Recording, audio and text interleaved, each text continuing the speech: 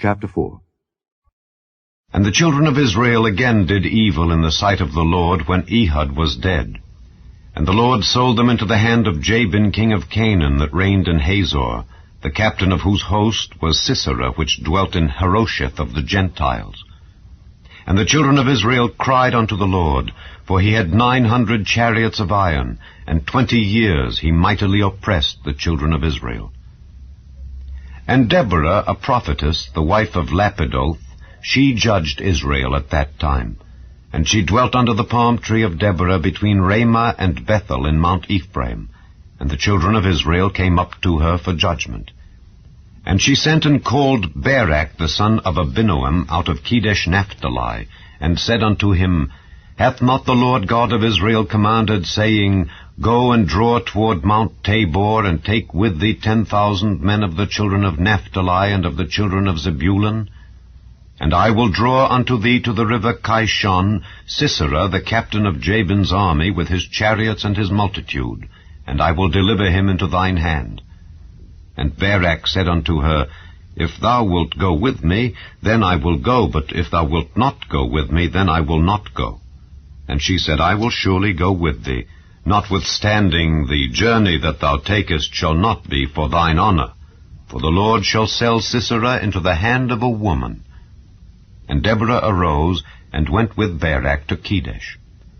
And Barak called Zebulun and Naphtali to Kedesh, and he went up with 10,000 men at his feet, and Deborah went up with him.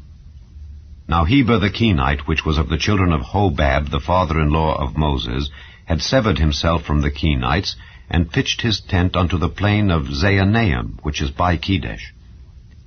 And they showed Sisera that Barak the son of Abinoam was gone up to Mount Tabor. And Sisera gathered together all his chariots, even 900 chariots of iron, and all the people that were with him, from Harosheth of the Gentiles unto the river of Kishon. And Deborah said unto Barak, Up, for this is the day in which the Lord hath delivered Sisera into thine hand. Is not the Lord gone out before thee? So Barak went down from Mount Tabor, and 10,000 men after him. And the Lord discomfited Sisera and all his chariots and all his host with the edge of the sword before Barak, so that Sisera lighted down off his chariot and fled away on his feet. But Barak pursued after the chariots and after the host unto Harosheth of the Gentiles, and all the host of Sisera fell upon the edge of the sword, and there was not a man left. Howbeit Sisera fled away on his feet to the tent of Jael, the wife of Heber the Kenite, for there was peace between Jabin the king of Hazor and the house of Heber the Kenite.